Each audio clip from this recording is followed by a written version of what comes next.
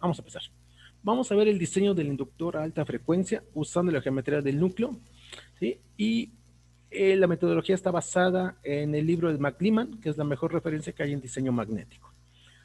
Número uno, lo primero que necesitamos es datos de diseño. Estos son los datos que requerimos para poder llegar al diseño de un inductor. Estamos hablando ahorita en este primer tema del inductor a alta frecuencia. Vamos a tener un segundo subtema que va a ser el diseño del transformador, que sigue una metodología parecida. ¿Qué necesitamos? Pues necesitamos el valor de inductancia. Necesitamos conocer, si todos esos son los datos a conocer, necesitamos a conocer la corriente de CD o la corriente promedio que queremos que circule por el inductor. ¿Y esta de dónde la saco? Del análisis del convertidor en particular que yo vaya a diseñar. ¿Sí? Entonces, esta es la corriente promedio que va a circular por el inductor. Necesito conocer la componente ondulatoria de corriente delta I, que nuevamente es a dónde la saco. La saco de la condición empírica cuando yo empiezo a diseñar los convertidores en modo continuo. Y si es en modo discontinuo, hay que calcular cuánto vale esta delta I. Pero necesitamos obtener o tener a la mano el dato de la delta I. ¿Qué potencia máxima va a desarrollar nuestro inductor o va a ser capaz de soportar nuestro inductor? La potencia del inductor siempre va a ser la diferencia de voltaje del inductor por la corriente RMS del inductor. Pero aquí tengo CD y componente ondulatoria. Hay que calcularla. Ahorita vemos cómo se calcula. Pero repito, la potencia del inductor va a ser la diferencia de potencial que experimenta el inductor por la corriente RMS que esté circulando por el mismo. O el factor de regulación alfa. El factor de regulación alfa es importantísimo. En los cálculos más adelante voy a dar detalles. Entonces hay que proponerlo. Se propone entre 1% a tal vez 10%. Entre más factor alfa o mayor sea el alfa, menor calidad va a tener nuestra bobina cuando esté operando en el convertidor. ¿Qué quiere decir eso de calidad? Que va a cambiar su inductancia dependiendo cómo opere. Entonces, entre más pequeño sea este alfa, va a ser mejor. Valor recomendado de lo que yo he estado trabajando en diseño de inductores, 1%, 5%. Obviamente, como es un diseño de alta frecuencia, necesito conocer la frecuencia a la cual va a estar operando mi bobina. Este valor de frecuencia es función de la frecuencia de conmutación del convertidor al cual yo esté trabajando. En este caso vamos a proponer 200 kHz. Y necesitamos un dato extra, que este no depende de la bobina, que es la densidad de flujo. La densidad de flujo va a depender del núcleo donde estemos devanando la bobina, es decir, enrollando, realizando las vueltas. ¿Sí? Para los núcleos que se consiguen, que hemos podido traer aquí al país, un factor o un valor de densidad de flujo de 0.22 teslas es más que suficiente. Este dato en particular no es empírico. Este dato hay que sacarlo de la hoja de datos del fabricante de de núcleos, perdón. ¿Sí? Entonces, dependiendo del núcleo, ahorita voy a mencionar los núcleos, dependiendo del núcleo es el valor que el fabricante nos va a dar. 2.22 son para los núcleos con los que normalmente trabajamos en el laboratorio. El factor de utilización de ventana KU es importantísimo.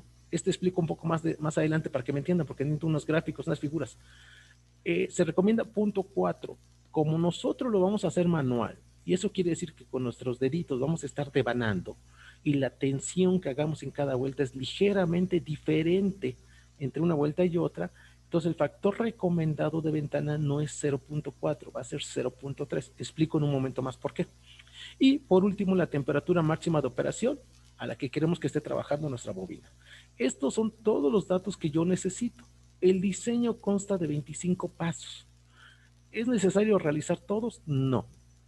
Conforme vaya explicando cada paso de forma rápida y donde sea necesario me detengo un poquito más, ustedes se darán cuenta hasta qué paso es suficiente para llegar ya a la realización física de la bobina y qué involucran los 25 pasos de diseño. Entonces, paso número 1. Lo primero que vamos a hacer es calcular la corriente pico de nuestra bobina. ¿Sí? Entonces, déjenme activar la ventana de dibujo. ¿Qué es la corriente pico? Acuerden que la corriente en la bobina, esto ya lo sabemos, del análisis de convertidores, es una corriente que en modo continuo o discontinuo, para continuo, es algo así, crece, decrece, crece, decrece, ¿sale? Y entonces el área bajo la curva de esto es la corriente promedio de la bobina. Vamos a simbolizarlo así, corriente promedio de la bobina. Y de este punto a este punto es el delta I, ¿sí? Y la corriente pico se refiere cuánto vale de este punto a este punto. Esta es la corriente pico de la bobina, esto que está aquí. Por lo tanto, en forma gráfica, la corriente pico va a ser igual a la corriente promedio más, es una aproximación, aproximadamente el delta I sobre 2. Entonces, como yo conozco ya I0 y conozco la componente ondulatoria, puedo calcular la corriente pico. ¿Sí? Lo estoy explicando con un ejemplo numérico, pero digamos la explicación general la que estoy haciendo. Paso 2. Hay que calcular la capacidad de energía de manejo de la bobina, así cuánta energía es capaz de manejar, de transformar la bobina. Y la energía sale de la fórmula de energía de una bobina. Acuérdense que la energía de una bobina, ¿a qué es igual? Pues es igual a un medio, por ahí se puede demostrar esto, la corriente, pero la inductancia por la corriente al cuadrado. Simplemente vamos a hablar de la corriente pico, porque quiero la máxima capacidad de energía. Por lo tanto, la energía de mi bobina va a ser el valor de inductancia requerido por la corriente pico que obtuve en el paso 1 entre 2 y lo que salga. Muy importante las unidades y muy importante aquí sí, son cálculos tan pequeños que hay que agarrar una buena calculadora o si lo van a hacer con una hoja de Excel, poner las cifras suficientes para que los cálculos nos den cosas adecuadas. Paso 3. Se calcula el coeficiente de condiciones eléctricas, KE. Esta es una fórmula, ¿sí? Esta fórmula la desarrolla McLean. KE es un factor constante, 0.45, por la potencia máxima de desarrollar una bobina, por la densidad de flujo, que va a depender, insisto, en el tipo de núcleo donde vamos a devanar. Entonces, dependiendo del tipo de núcleo, es la densidad de flujo, ¿sí? Yo ya les había dicho que para los núcleos que vamos a trabajar, que son ferritas de blandas, es 0.22 teslas. Densidad de flujo al cuadrado por 10 a la menos 4. Este es un factor de ajuste de unidades. Así déjenlo, 10 a la menos 4. Entonces calculamos todo y vean los valores tan pequeñitos que salen. Por eso les decía que necesitamos tener una buena calculadora o una buena hoja de Excel para las cifras significativas. Paso 4. Bueno, como siempre encuentro algunos errorcitos todavía. Paso 4. Esto es importante. Aquí viene la metodología de diseño. Se calcula la constante geométrica del núcleo. La constante geométrica Kg va a ser la energía de manejo de mi bobina entre la constante eléctrica por alfa y la energía al cuadrado. Este valor de Kg es importantísimo que me lo calculen bien porque aquí inicia todo el cálculo. Ojo, este es importante. Tenemos un KG de 0.146 para nuestro ejemplo. Bueno, ya que tengo el KG, que llegué a este punto, ahora entonces sigue, ¿qué procede? Bueno, lo que vamos a hacer ahora es, aquí está, de McLean, de la tabla 324, sí van a usar ferritas tipo ETD, que son las que estoy poniendo aquí, terminando la plática de explicación del procedimiento, me voy a ir al libro y voy a abrir las tablas, ¿sí? Para que no los esté confundiendo. Pero las ferritas ETD tienen esta forma. Aquí están. Fíjense bien que son 3 bracitos. Normalmente el del medio es circular, normalmente, pero también hay brazos cuadrados, ¿sí? En algunas literaturas, en mala traducción, le llaman piernas. Bueno, tiene 3 brazos. Entonces, la bobina o el núcleo se va a formar de un par de ferritas. Esta es una ferrita nada más. Déjenme poner el apuntador. Ahí está. Esta es una ferrita. Yo necesito 2, que aquí tengo la vista de cómo se verían cuando las esté poniendo una con respecto al otro. Esta es la ventana de relleno. Esto que estoy señalando. Es decir, voy a bobinar. Si yo lo pudiera ver, podría un alambre aquí, otro aquí, y así sucesivamente voy a empezar a devanar. ¿Sí? Y arribita haría otra cama de devanado. Lo voy a simbolizar así. ¿Sí? Esta es la ventana de relleno. Y de ahí está relacionado el factor de utilización de ventana. Bueno, ahorita no explico esa parte, simplemente les indico, esta es la ventana de relleno. Bien, Habíamos quedado que en el paso previo habíamos calculado la constante geométrica. Aquí está, la KG. ¿Qué es lo que tenemos que hacer? Primero, necesitamos decidir qué tipo de núcleo es sobre donde vamos a devanar nuestra bobina. La experiencia nos va a indicar qué núcleo, por un lado. Por el otro, son pocos los núcleos que podemos conseguir aquí en México que podemos traer. Ya hoy en día se pueden importar bastantes núcleos, nos sale un poquito más caro, pero los podemos traer del extranjero. No hay tanto problema. Pero aún así todavía no tenemos la cantidad de núcleos que existen comercialmente. Es una cantidad enorme, formas, diferentes materiales. Sí, hay una gran cantidad. Entonces vamos a pensar que ya nos decidimos, vamos a usar los núcleos ETD. Aquí está, ETD. ¿Sí? Entonces, este es el tipo de núcleo. Ahora, tengo diferentes núcleos. Aquí viene el número de parte, mire. Centren su mirada en la tabla 325. Viene cada tipo de núcleo. Hay más, ¿eh? Viene del ET29 al ET59. Nada más les explico rápido. Los últimos dos dígitos me indica en milímetros la altura del núcleo. Por ejemplo, el ET29 me indica que es un núcleo que tiene una altura de aquí a acá de aproximadamente 2,29 milímetros o 2,9 centímetros. El ET59 me indica que es un núcleo que tiene una altura de 59 milímetros o 5,9 centímetros, es decir, un núcleo más grande. Entre más grande sea este numerito, más volumen de núcleo o de material magnético, ¿sí? Y entonces tiene más capacidad de potencia. Ok, bueno, entonces acá el núcleo voy a utilizar. Regreso. Yo tengo el KG calculado. Lo que tienen que buscar de la tabla del núcleo a seleccionar, o bueno, el tipo de núcleo que ha seleccionado y saber cuál es ahora, cuál particular. Entonces, de la tabla de núcleo que van a utilizar, van a buscar el KG del núcleo apropiado con la condición que el KG del núcleo que me indica el fabricante sea mayor al KG del núcleo calculado. Repito, yo tengo el valor del núcleo calculado. ¿Qué KG necesito? Voy a buscar de mi tabla de núcleos el KG para la condición que sea mayor al valor calculado. ¿Qué tan mayor? Aquí viene el problema.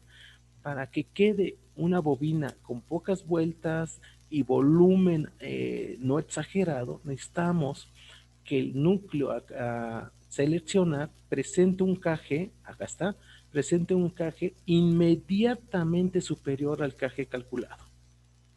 Y eso no siempre se logra con un tipo de núcleo. Por eso a veces nos tenemos que mover de una geometría de núcleo a otra geometría de núcleo donde tiene otros KG que permitan obtener un KG de tabla ligeramente mayor al KG calculado. Para nuestro ejemplo, que vamos a usar el LTD29, veamos. Yo necesito, recordemos cuánto necesito de KG. Necesito 0.146, 0.146, acá está. Veamos, si yo agarrar el ET29, me voy a las tablas de KG, el ET29 tiene 0.05, está por debajo del 0.14. El ETD34 0.09, ya creció pero sigue por debajo. El ETD39 tiene 0.17. 0.17 es mayor a 0.14. Por lo tanto, si me voy al ETD44, pues ya es 0.33, ya sobrepasé. Entonces me voy a quedar con el ETD 39, perdón. ¿Por qué razón? Porque su KG de 0.1766 es mayor al KG de 0.14 calculado. Y una vez que ya determiné el núcleo apropiado que cumple con la constante geométrica, ahora de este núcleo saco todos estos datos que están aquí. Nada más que aquí se los volvió a poner para que se vean mejor. Saco, entre otras cosas, el MPL, que es la longitud de ruta magnética. Vean unidades. El peso del núcleo, WTFE. La longitud media por vueltas es importante. Bueno, todos son importantes, pero esta es importante para el cálculo de cuántos gramos o qué longitud de alambre magneto voy a utilizar. Cálculo, saco el área del acero, AC, el área de ventana, WA. Aquí los pueden ir viendo, cada uno de ellos. Aquí está el área de ventana, el área del acero, el producto área, AP, la geometría del núcleo particular, .177, el área de superficie, permitividad y longitud de ventana. Todos estos datos yo no los propongo, los obtengo de la hoja de datos del fabricante, que en McLean vienen bastantes hojas de datos. ¿Sí? Una vez que tengo esto, continúo ahora sí con mi diseño. Voy a calcular la densidad de corriente J. Ojo con lo que voy a decir aquí. La densidad de corriente no es otra cosa que la corriente J, acuérdense, ojo con esto, una densidad de corriente es igual a la corriente entre el área. ¿Por qué se utiliza la densidad de corriente? Porque de esta manera podemos normalizar cálculos y no hacer un cálculo particular. Nos vamos a normalizar. Entonces, la densidad de corriente J es igual a 2 veces la energía, factor de ajuste de unidades 10 a la 4 entre la densidad de flujo por AP. Este es dato ya del núcleo que vamos a utilizar y que ya elegimos por el KU, ¿sí? Y bueno, esto me va a dar algo. Ahora, fíjense bien que KU es el factor de ventana. Aquí estamos diciendo que es aproximadamente 0.4. Ojo con la siguiente diapositiva, voy a empezar a detallar esto. Ahorita lo dejamos ahí en 0.4. Nosotros realmente lo vamos a hacer para 0.3, pensando que en su casa van a hacer esto. De hecho, voy a preparar una bobina y les voy a hacer un video de cómo se hace toda esta metodología y cómo se aplica ya en el diseño de una bobina física. ¿Sí? Calculamos entonces la densidad de corriente y sale una densidad de corriente de 248 amperes centímetro cuadrado. Bien, dependiendo el núcleo, ojo, dependiendo del núcleo que ustedes hayan seleccionado, regreso tantito, vamos a pensar que el ETD 39 es el que necesitamos, el que mejor se ajusta, pero no lo tenemos. Y tenemos ETD 44. El ETD 44 cumple que su KG es mayor a 0.14, al KG calculado. Obviamente todo esto va a cambiar, porque estoy en el hipotético que usaría el ETD 44. ¿Cuál es el problema de utilizar un núcleo mayor? Si utilizan un núcleo mayor, este AP, vean, la densidad de corriente depende, entre otras cosas, de AP. Veamos cuánto vale el AP. El AP del ETD 44, ahorita se los busco, está aquí, es esta columna. Fíjense bien, para el ET39 es 2.93, para el ETD44 es 4.85, un poquito menos del doble. Esto está creciendo. Si este valor crece, la densidad de corriente va a disminuir drásticamente. Y entonces aquí es lo que ahora sí explico un poco más. Cuando no utilizan un núcleo apropiado, sí van a poder calcular vueltas, van a poder echar a andar su bobina, pero va a quedar un núcleo muy grande y les va a empezar a salir cosas incorrectas, como por ejemplo que el calibre sea de valor grande. Si este AP crece porque escogí mal el núcleo, este factor J disminuye y puede salir valores de 120, 100, cosas menores de 250. Más adelante vamos a ver que con densidad de corriente vamos a seleccionar el calibre del alambre magneto, ¿sí? Entonces, cuando este valor, ojo con esto, cuando este valor empieza a decrecer demasiado debido a que seleccione mal mi núcleo de ferrita, lo que hay que hacer es utilizar la densidad de corriente de 250 amperes centímetros cuadrados, que es la densidad de corriente que normalmente trabajan los conductores de cobre que se compran aquí en México, ¿sí? Los conductores de cobre que conseguimos en México, no digo las marcas, pero ustedes ya le deben tener en su memoria. Hablo de los fabricantes fuertes, no fabricantes de marcas raras. Hablo de fabricantes fuertes de conductores. Son 2 en México, fuertes. Su densidad de corriente es de 250 amperes centímetro cuadrado. Quiere decir porque por cada centímetro cuadrado de su conductor, acuérdense que el conductor es circular. Y vamos a pensar que un centímetro cuadrado es este. ¿Sí? Por cada, que si es un centímetro cuadrado, quiere decir que aquí tiene un centímetro y aquí tiene un centímetro. Por cada centímetro cuadrado de área del conductor, este conductor es capaz de soportar 250 amperes. Cuando yo les presento esto, luego dicen, ay, ¿a poco tanta corriente? Sí, pero es centímetro cuadrado. ¿Qué es un centímetro cuadrado? Vamos a intentar hacerlo un poquito más real. Aquí estoy sacando ahorita un momento mi regla para tener algo más o menos. Miren, ustedes no lo ven, pero lo estoy poniendo en mi pantalla. Ahí está, viene de aquí y aquí. De aquí a acá es aproximadamente un centímetro. Quiere decir que por acá hago otro centímetro, más o menos. Esto es un centímetro cuadrado. Y en forma circular, más o menos, este sería el conductor, un poquito menos, porque lo chequé. Lo voy a hacer aquí. Este sería el conductor más o menos de un centímetro cuadrado. Es un área muy grande, ¿sí? Este ya no es un calibre 10, este es otro tipo de calibre. Entonces, cuando tenemos algo así, es capaz de transportar hasta 250 centímetros. Normalmente un calibre 10-12 es algo así, más o menos. Estoy dibujando ojo de pájaro, ¿eh? Entonces, ojo con esta información. Bien, conclusión. Si la J sale muy por debajo de 248, no se evítese problemas y tomen J igual a 250 amperes centímetro cuadrado. Esa sería la parte importante. Una vez que tenemos J, procedemos a calcular ahora sí la corriente eficaz RMS. Ya lo había explicado esta fórmula cuando vimos rectificadores. Recuerden por ahí las notas de rectificadores y cómo se calcula la corriente total cuando las dos son RMS. Es algo parecido. La corriente RMS total va a ser la raíz cuadrada de la corriente CD o corriente promedio al cuadrado más la componente ondulatoria al cuadrado. Y de esa manera calculamos la corriente RMS. Bien. Estamos en el paso 7. Ahora sí, hacemos una pausa. Factor de utilización de ventana. Yo les decía que esto es en forma muy particular. McLean hace un procedimiento que calcula todo. Todo lo va sustentando. Todo esto que estoy presentando está en el McLean, muchachos. Todo esto. Bien, ¿qué es el factor de ventana? Vamos a regresarnos tantito. Con esto. Yo les decía que la ventana donde vamos a devanar es esta, que la podemos ver acá. Esta es la ventana. Vean que de la ventana del 100% de área, yo no voy a utilizar idealmente el 100% para devanar. ¿Por qué razones? Hay muchos factores que reducen el área efectiva de relleno. Uno, por ejemplo, como les pongo aquí, esta línea negra grande, gruesa, está simbolizando el carrete, la base del embobinado, porque yo no voy a devanar directamente sobre la ferrita, no devano sobre esto directo. Tengo que poner un carrete para devanar. Entonces, el momento que ponga el carrete, el grosor del carrete quita espacio. Número 1. Número 2. Estos circulitos me están indicando el corte transversal del conductor. Y este sería una capa de conductor, otra capa de conductor y así sucesivamente.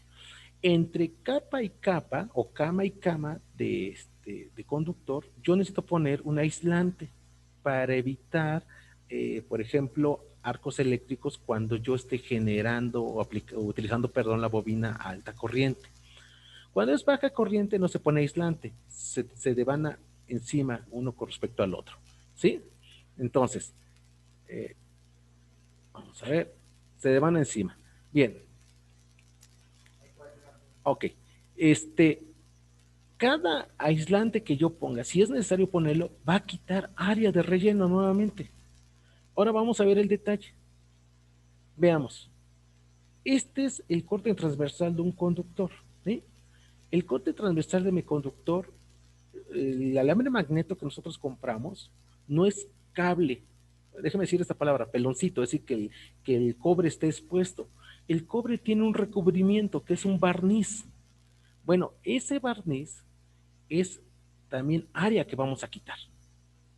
¿Sí? Entonces, fíjense todo lo que estamos quitando. Quito aquí, quito allá. ¿Qué más puedo quitar? El último y más importante. Si nosotros, esta es la ventana, la que voy a remarcar. Esta es la ventana. Todo esto es mi ventana de donde puedo rellenar, embobinar. Déjeme cambiar de color, ¿sí? Y vamos a pensar ahora que fuera posible que tuviéramos conductores cuadrados. Pues si son conductores cuadrados como están aquí, los puedo acomodar todos muy bonitos y puedo aprovechar del área restante, puedo aprovechar el 100%. Pero en la práctica no tengo conductores cuadrados, tengo conductores circulares. Entonces yo tengo algo así como esto. Esto, bueno, no me quedó tan circular, pero ahí está. Esto es lo que tengo. ¿Qué sucede con estos espacios que tengo aquí? Todo esto.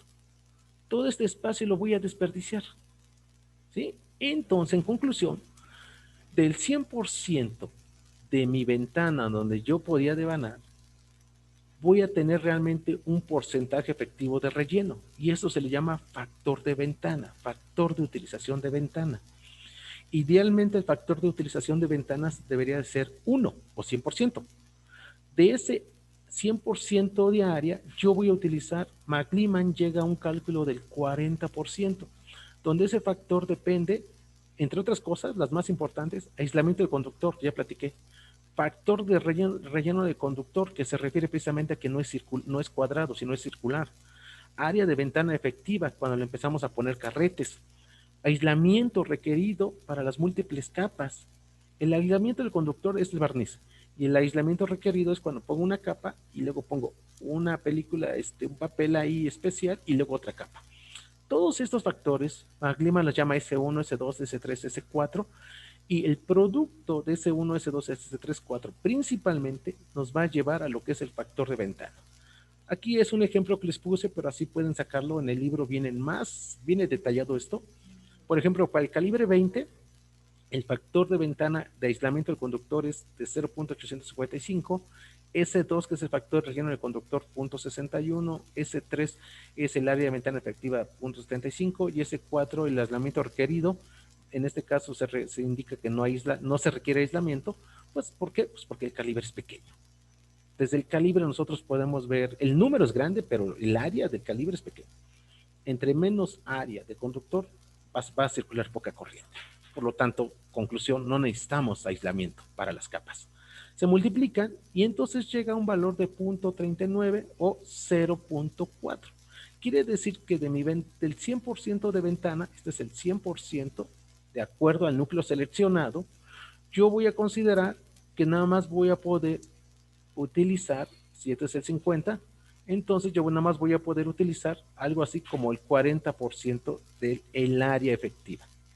Y este dato es importante para el cálculo. ¿Todo esto lo pierdo? Sí, se pierde en el aislamiento, en el factor de relleno, el aislamiento requerido para múltiples capas. Esto es cierto si yo logro acomodar todas mis bobinas, mis espiras, las pusiera bien pegaditas y todas bien alineadas. Déjeme decir esto en broma. Pero ¿qué pasa si estaba devanando el día de ayer cuando estaba el partido Pumas Cruz Azul? Me emociono y entonces no me di cuenta y en vez de poner todas pegaditas, a las primeras iban pegaditas, pero de repente por ahí vino el gol, ¡pum! Y hasta la empecé a abrir un poquito más y digo, ay, más adelante le corrijo. Voy a indicarlo aquí. Venían bonitas y aquí no me di cuenta porque me emocioné y la puse más separada y digo, en la siguiente capa corrijo.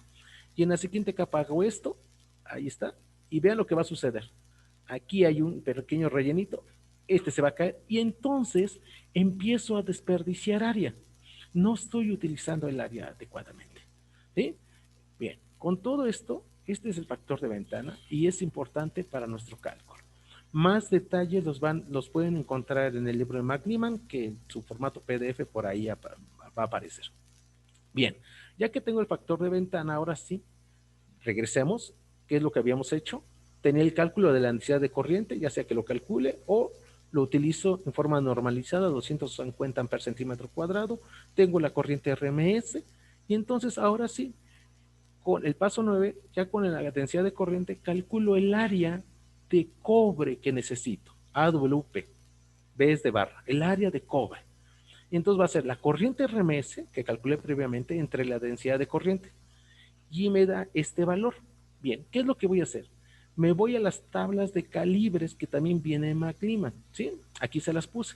Y en las tablas de calibres voy a buscar, fíjense bien, la primera columna me da el calibre, la norma americana, el AWG, lo que nosotros, los que han hecho un poquito de electricidad, dicen, necesito calibre 12, voy a ir a la trapalería donde venden alambre eléctrico y me da 1 metro, 10 metros o una caja de calibre 10, calibre 12, número que requiera. Este es el numerito, este es el código americano. Entonces, ¿qué voy a buscar? Me voy al área de barra, tengo dos opciones, que el dato esté indicado en centímetros cuadrados o en milésimas circulares. Esta es la norma inglesa, ¿sí?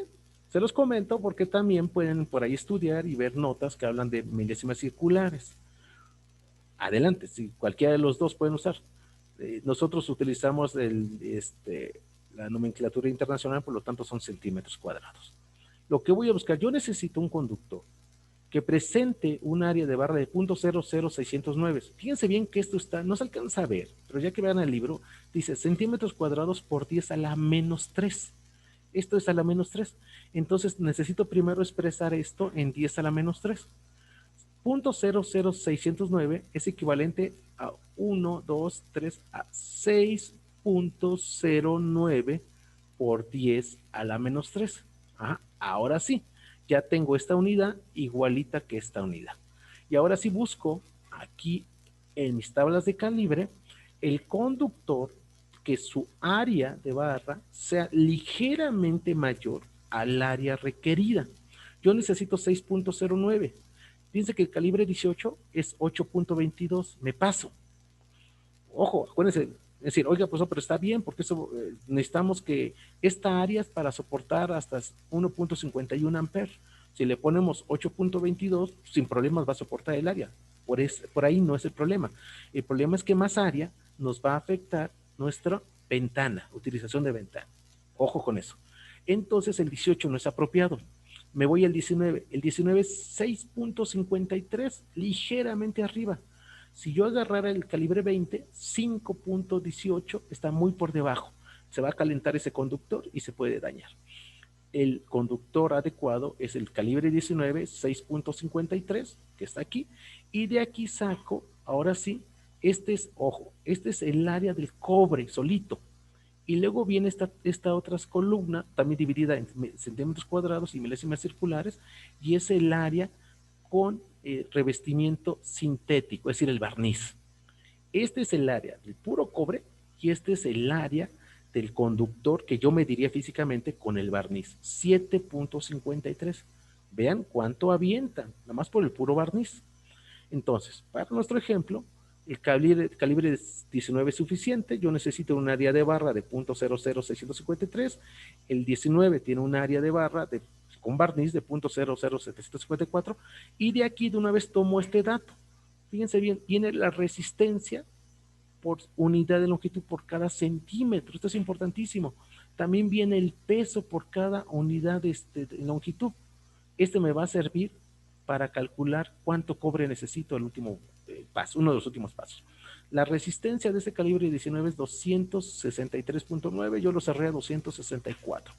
Quiere decir que, de acuerdo al fabricante, este calibre 19 o conductor de calibre 19 va a presentar 264 micrómetros por cada centímetro de longitud. Aquí está la resistencia parásita, ¿sí?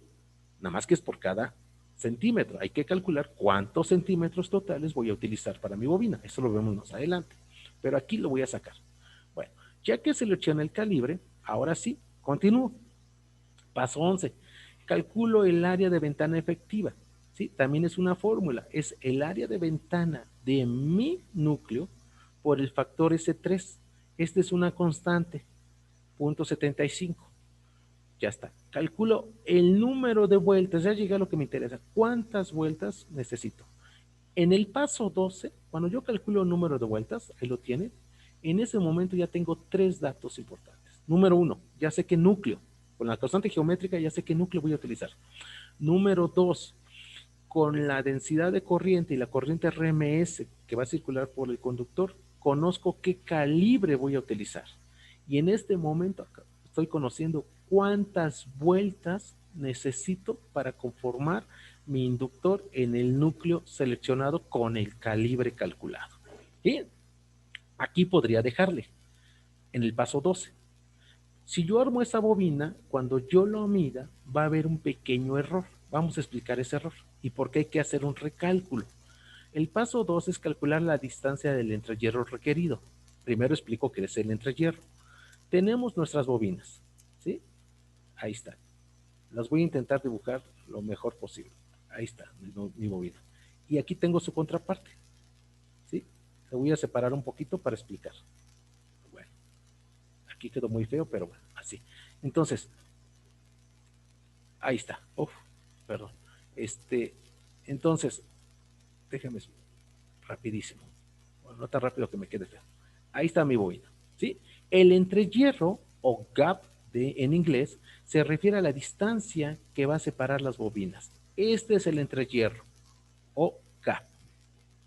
En inglés lo van a encontrar como gap. En una buena traducción al castellano es entrehierro, separación entre bobinas. Esta separación es la que les va a permitir ajustar en forma muy adecuada, muy exacta, el valor de su bobina. Lástima que no estamos en el laboratorio porque una práctica era echar a andar esto y que movieran el interrellero, así que empezaron a hacer esta separación y que estuvieran midiendo el valor de bobina y se ve muy padre como conforme este valor va cambiando, ¿sí? La bobina va ajustando, si el valor. Lo que sí puedo decirles, apréndanselo por favor, si el gap, si el entrehierro, si el gap se reduce, si se hace pequeño, la bobina aumenta, aumenta. Es decir, mientras más yo pegue los núcleos, el valor de bobina aumenta. Si el gap ahora aumenta, es decir, que yo empiezo a separar esto, la bobina disminuye el valor, disminuye.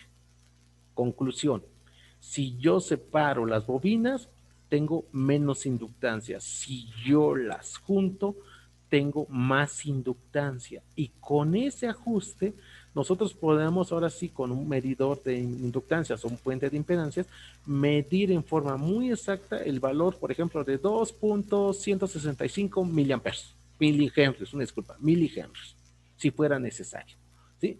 Entonces, hay que calcular el valor de entrehierro requerido. Y el valor de entrehierro requerido está dado por esta fórmula. 0.4 por pi por el número de vueltas que calculé previamente, el área ¿cómo se llama? Bueno, AC, que es del núcleo, factor de ajuste de unidades, el valor de inductancia requerido por el MPL entre la permitividad y centímetros. Les va a dar un valor. Este valor, ojo por favor, siempre es pequeñito. Son 0.12 centímetros, es equivalente a 1.2 milímetros. Vean, el tamaño es muy pequeño. Si de aquí les sale 3 centímetros, 1 centímetro, algo hice mal. No es factible, no es prudente que mi valor de entrehierro pueda ser de 1 centímetro. Ustedes pueden ver hoy en su casa con una regla o imaginarse cuánto es 1 centímetro. Es una distancia muy grande para efecto de nuestra bobina. 1 centímetro es demasiado, ¿sí? Entonces, ojo cuando si les saliera valores de 1 centímetro, 2 centímetros, cosas de ese estilo. Quiere decir que por ahí hice un mal cálculo o seleccioné mal mi núcleo, está sobredimensionado mi núcleo. ¿Sí? Vamos a hacer un ejercicio, si da tiempo al final, ya en la clase, de seleccionar mal el núcleo y vean cómo impacta. Bueno, seguimos. Conclusión, ya tengo el valor del entrehierro. Ojo, ya tengo un valor inicial de número de vueltas, tengo el valor de entrehierro. Y ahora lo que voy a hacer es calcular un ajuste debido al factor de flujo de borde, que aquí se los estoy explicando. Aquí tengo mi núcleo, ¿sí? Los circulitos negros son el corte transversal de mi alambre magneto, es decir, que este vendría con este vendría con esto, son las vueltas. Y lo que sabemos también, que viene bien detallado en Magniman, es que en los bordes donde se unen los dos núcleos, aquí están los bracitos de cada núcleo, aquí se están uniendo, este es el entrehierro, esta distancia, donde se unen. Idealmente, ¿qué es lo que queremos? Lo que queremos es que el flujo magnético fluya exclusivamente por el núcleo, es decir, estas flechitas. Esto es lo que me interesa, esto.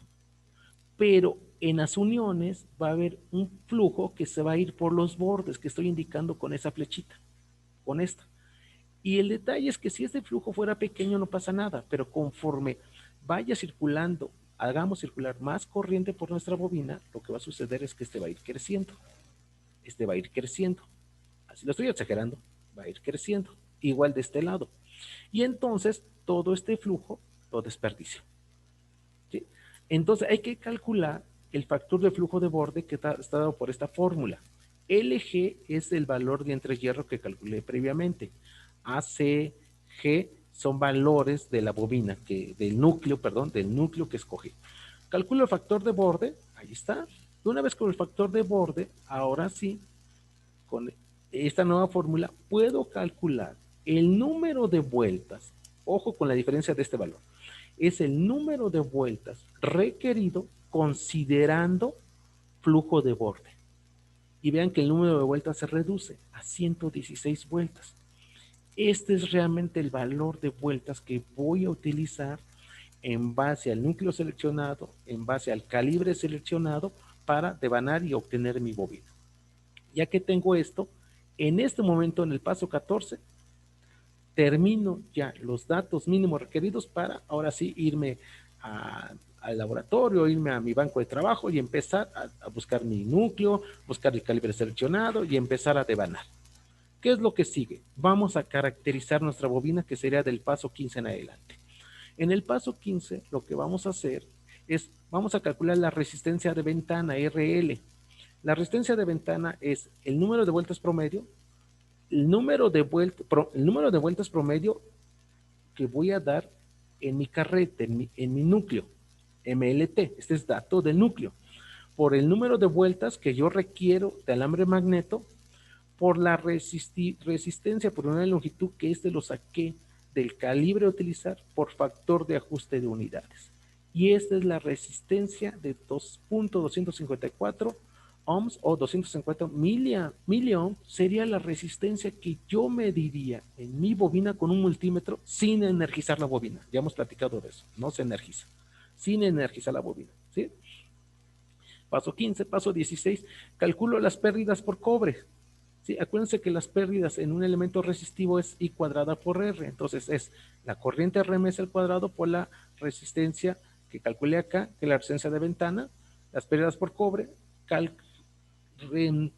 calculo el factor de regulación para comprobar si estoy dentro del parámetro. Entonces el factor de regulación va a ser las pérdidas de cobre expresadas en por ciento, 5.79. Calculo la densidad de flujo que se va a dar ya con los datos de la bobina que calculé. ¿Sí? ¿Qué densidad de flujo va a trabajar realmente esa bobina? Hago los cálculos adecuadamente y me sale un valor de 0.0167. Este valor de densidad de flujo está por debajo de la densidad de flujo de mi núcleo al cual se satura, que es de 0.22 teslas. ¿Qué me está indicando esto? Que como este valor de flujo de los datos de la bobina que diseñé es menor al 0.22, que es el máximo valor al cual puedo trabajar mi bobina, quiere decir que esta bobina va a trabajar sin ningún problema. ¿Qué pasa si este valor se empieza a acercar a 0.22?